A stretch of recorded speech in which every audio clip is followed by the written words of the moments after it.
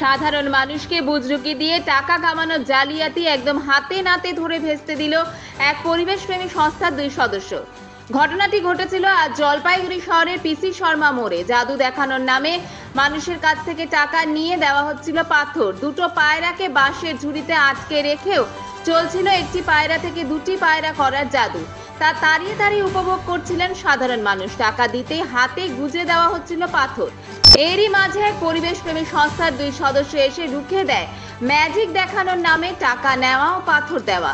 তারা উদ্ধার করে পায়রা দুটিকে। পরিবেশপ্রেমী সংস্থার সদস্যরা পায়রা দুটি নিয়ে দেখতে পায় জাদু দেখাতে আসা দলটি পায়রাগুলোর ওড়ার ডানাও কেটে দিয়েছে। রবিবার এই ঘটনা জানাজানি হতেই চাঞ্চল্য ছড়িয়ে পড়ে, ক্ষোভে ফেটে পড়েন সাধারণ মানুষ। পরিবেশপ্রেমী সংস্থার তরফে দেবার্গ রক্ষিত বলেন, পাখির ডানা কেটে ঝুড়িতে রেখে কষ্ট দিয়ে পয়সা রোজগার আমরা কখনোই মেনে নেব না।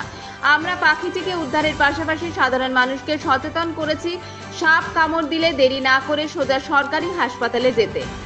অন্যদিকে রাজস্থানের জয়পুর থেকে আসা সোলজার আলী বলেন, পেটের তাগিদে খেলা দেখাই। আজকে সকালে ওদের খবর আছে যে আমাদের পিসি শর্মা মোড়ে একজন সাপের খেলা দেখাচ্ছে। আমরা আসি, দেখতে পেয়ে খেলা দেখাচ্ছে, কিন্তু আসল সাপ নেই, রাবারের সাপ আছে। কিন্তু তার সাথে উনি কি মানুষকে ভুল বোঝাচ্ছিলেন যে পাথরে হাতে রাখলে সাপ কামড় দেয় না এবং এগুলো রাখলে নাকি সাপ আসে না।